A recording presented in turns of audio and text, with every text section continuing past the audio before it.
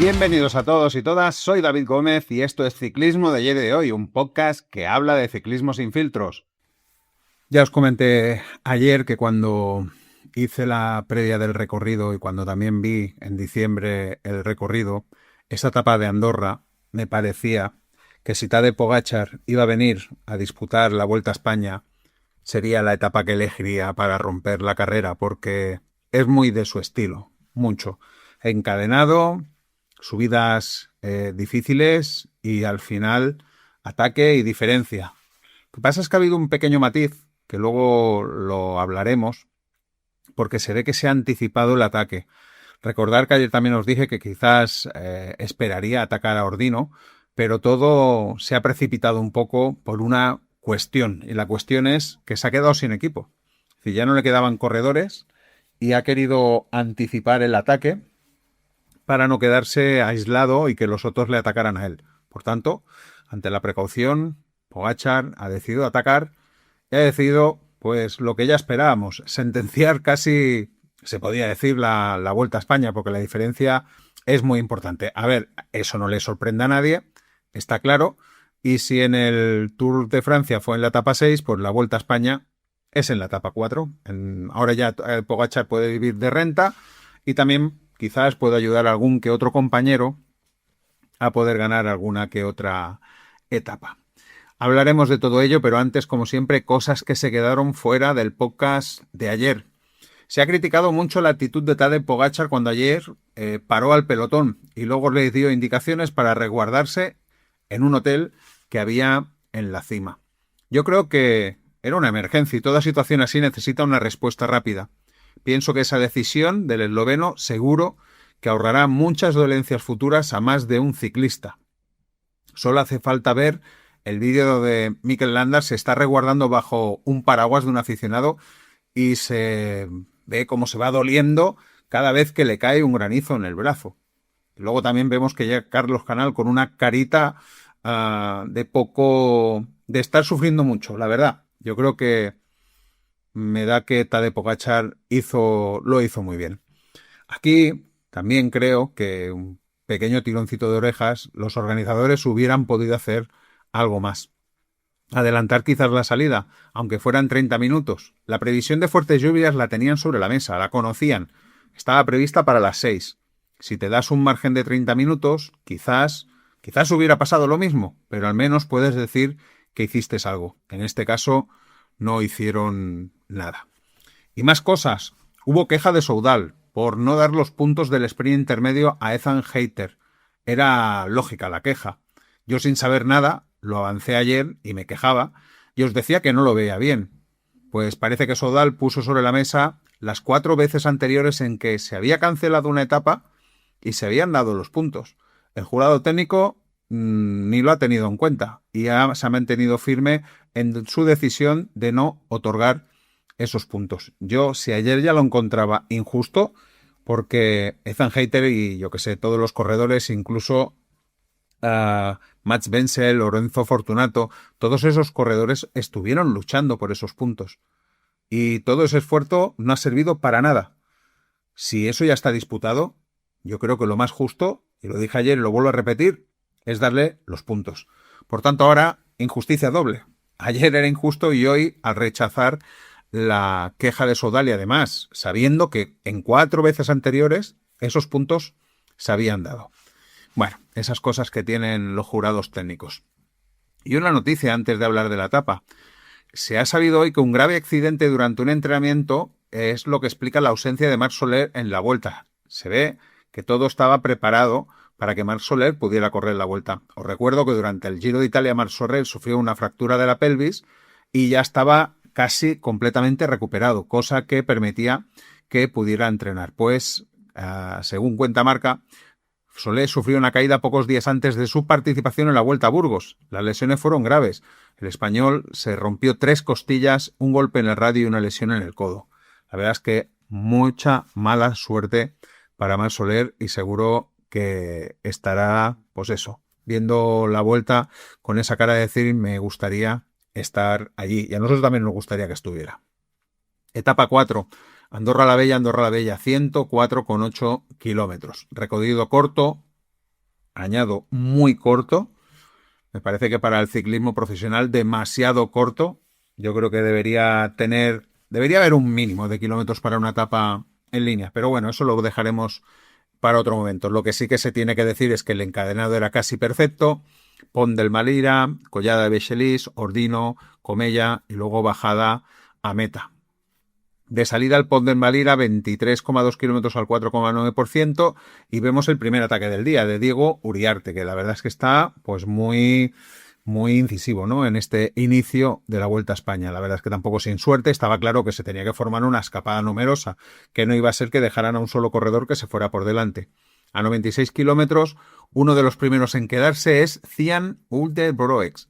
La cosa pintaba mal, pero al final no abandonaría. Llegaría al último de la etapa, a 26-11, que creo, y lo digo sinceramente, que es un punto a favor del corredor. Lo más fácil que es retirarse. Todo el mundo sabe que está tocado, que seguramente puede haber alguna fractura, eso es lo que dicen que todavía tienen que mirar, pero intenta continuar para ver si puede, pues eso, tener una pequeña mejora, ayudar al equipo o incluso hacer algo por él mismo.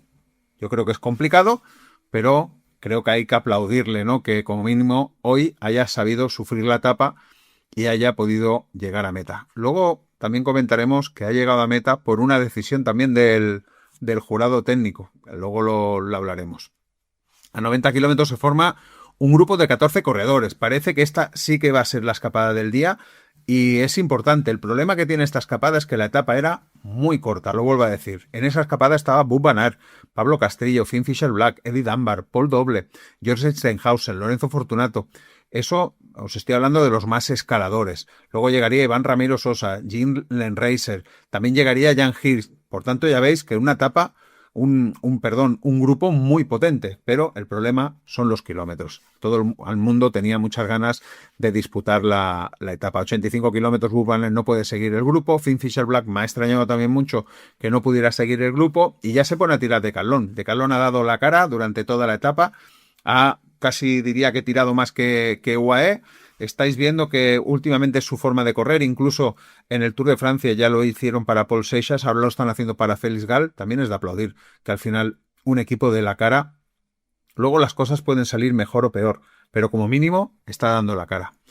A 80 kilómetros pasa por el puerto Lorenzo Fortunato, demostrando que quiere pelear el premio de la montaña. Acordaros que ayer, bajo el granizado, también estuvo peleándolo, aunque al final los puntos no sirvieron. Cosa curiosa, a 70 kilómetros los escapados son capturados, es decir, todo aquello que pensábamos que, esta escapada puede ser peligrosa, pues a 70 kilómetros son capturados.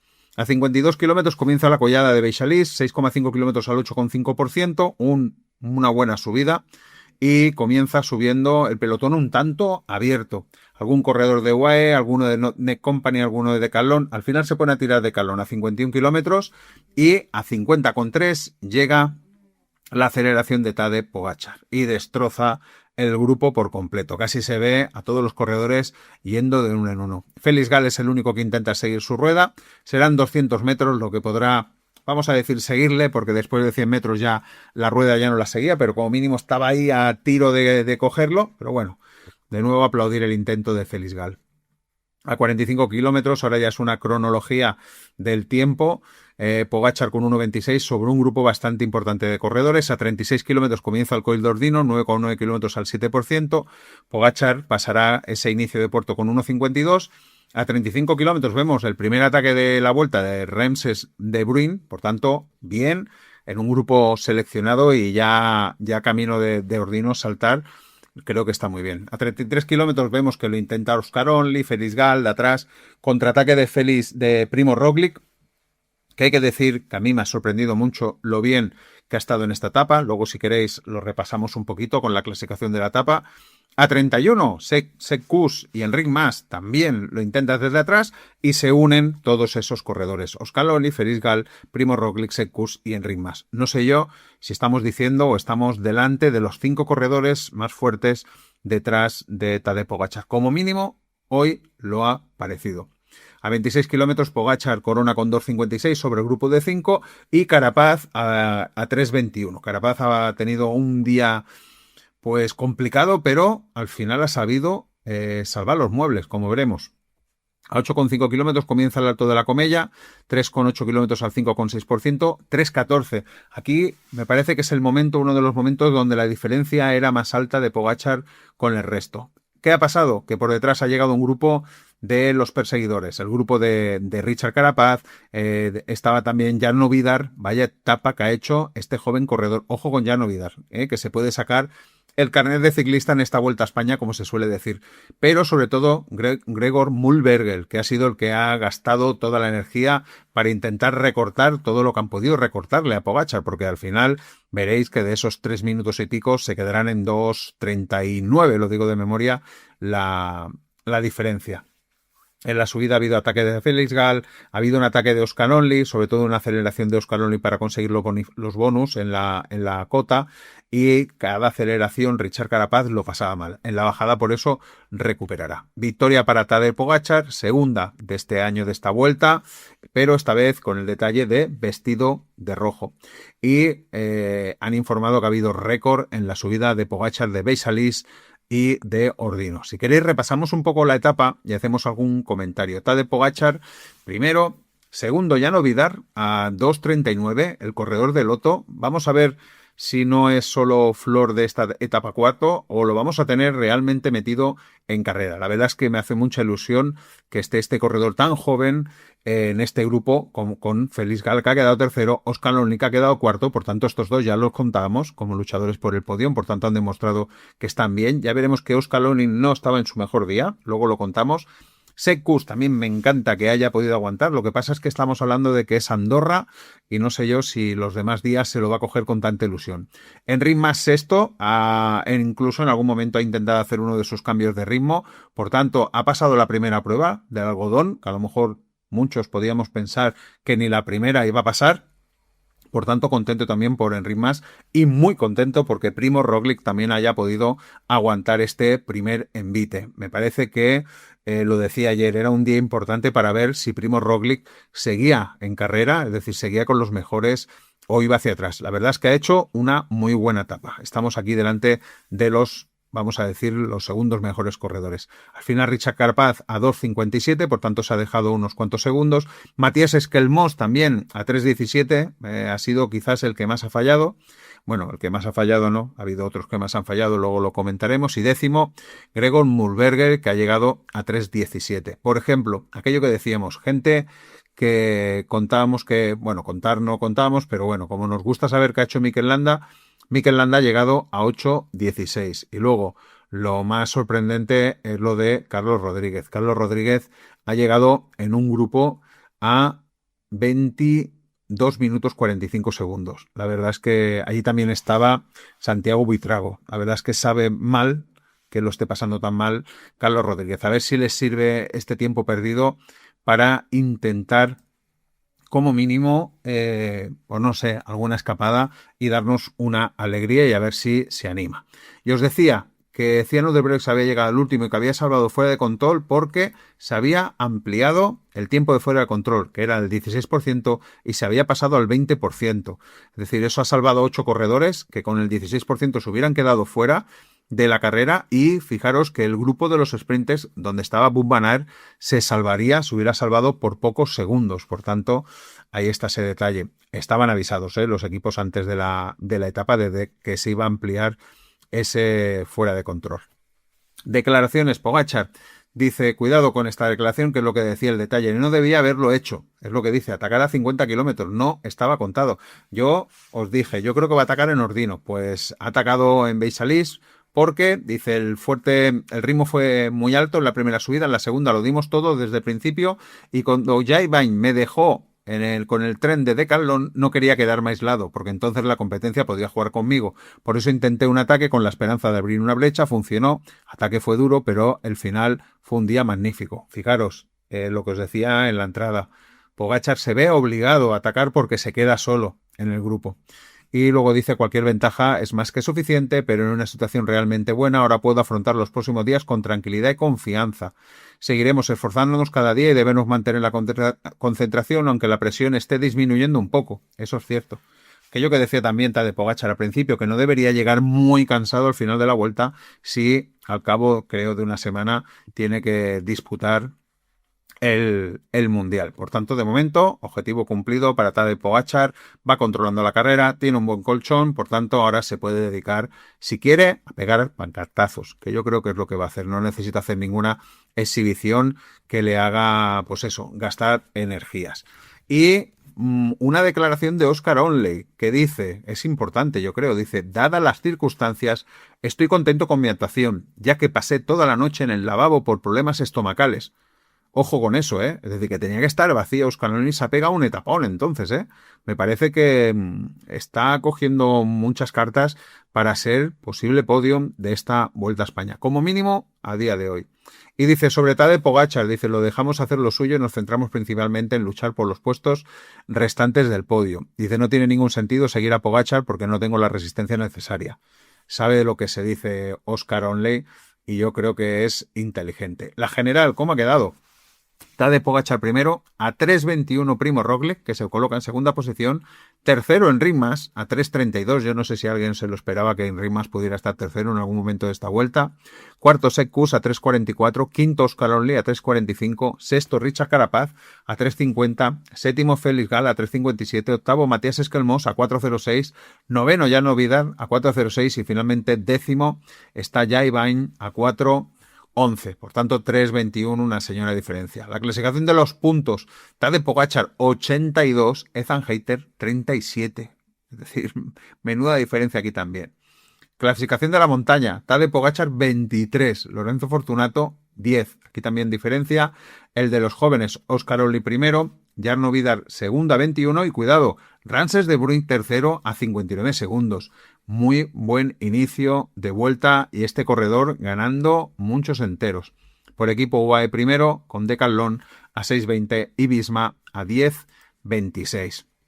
Nos vamos muy rápidamente a la previa de la etapa 5, Falset, Roquetas, Terras de l'Ebre, 173,4 kilómetros. Tras la dureza de las cumbres, el recorrido ofrece una etapa ondulada que atraviesa viñedos catalanes y se dirige hacia el sur. Es una de las pocas oportunidades claras para un sprint masivo, aunque el ritmo desquiciado del pelotón moderno y la posibilidad del viento de costado de la zona del delta del Ebro obligará a los favoritos a rodar muy atentos para evitar los cortes. Favoritos, yo creo que hay un favorito número 1 y para mí es Matthew Brennan. La tranquilidad de haber ganado la etapa número 2. Viene de ganar 2 etapas en Burgos, está en buena forma. Quizás el verde en mente, no lo sé. Quizás el verde en mente, aunque no lo he visto sprintar en los spins intermedios. Pero me parece que ahora mismo es el que tiene como mínimo más posibilidades de ganar. Jordi Meus. Sería también un corredor que tendría muchas posibilidades de ganar y es posible que pueda ganar. Lo que estaba mirando es el porcentaje de victorias de Brennan sobre Meus y he visto que es muy favorable, es decir, que Brennan le ha ganado la mayoría de las veces a Jordi Meus. Además, Jordi Meus está con una temporada irregular, por eso creo que puede ser Matthew Brennan el favorito. Más favoritos muy rápidos, Ben Turner de Neck Company Ineos. A falta de sprinters creo que puede ser un protagonista. No sería la primera vez que hiciera un buen sprint puro. Sin ir más lejos, en el último Giro en Nápoles, en la ciudad reina de los sprints, acabó quinto. Wout van Aert, no es descartable que se pueda meter en el sprint, pero creo que sería un error por parte de Visma teniendo a Brennan. Además, Van Aert ha perdido parte de esa punta de velocidad que tenía, aunque quizás mañana nos regala una victoria. Yo vería más un 1-2, es decir, un Brennan-Van Aert. Brian Coquard siempre se le ha dado mejor con un poquito más de porcentaje, pero lo mismo que Turner. Podría aprovechar la Star List para volver a hacer un top 5, aunque veo que es complicado ganar. Y Hugo Hostetter, NSN Cycling, es un clásico de los sprints de pruebas de un día. Es rápido, pero le falta un puntito para poder ganar. Yo creo que también puede ser top 5. Y el último, antes de los otros, Luis Aurlar. Movistar lo intentará y no desaprovechará la oportunidad que tiene. El año pasado consiguió un par de podios en los sprints de la Vuelta. Otros corredores muy rápidos, Alberto Danese del Soudal está lejos de lo que fue, pero Pau Miquel de Bahrein quizás necesita un poco de porcentaje. Stefan de Schuttener, 21 años, Lotto, yo creo que es un buen sprinter, top 10 puede ser. Vito Brahe, segunda oportunidad, segunda opción de Lotto. Marc Brustenka del Ken Pharma, yo creo que también lo buscará. César Macías del Burgos, yo creo que ha venido para eso, para hacer top 10. David González, Piranello también se suele meter. Mathieu Gobekar, la segunda opción de Bahrein. Y esto sería un poco la previa y solo nos queda mirar al Tour de Poitiers Charenters, etapa 1, día para el sprint y victoria para Milan Fettin de Cofidis. Mañana nueva oportunidad para ganar para este corredor. Y aquí llegamos al final de esta versión de la Vuelta a España Camping, ¿vale? Ya lo sabéis que estoy grabando desde el camping. Os agradezco que hayáis llegado hasta el final del podcast. Os agradezco también que en una etapa como la ayer suspendida los números de descargas sean tan buenos. Muchas gracias por ello. Y ya sabéis que podéis dejar un like antes de iros y os lo agradeceré un montón. Como siempre digo, mañana más. Sed felices, disfrutar del ciclismo. Chao, chao.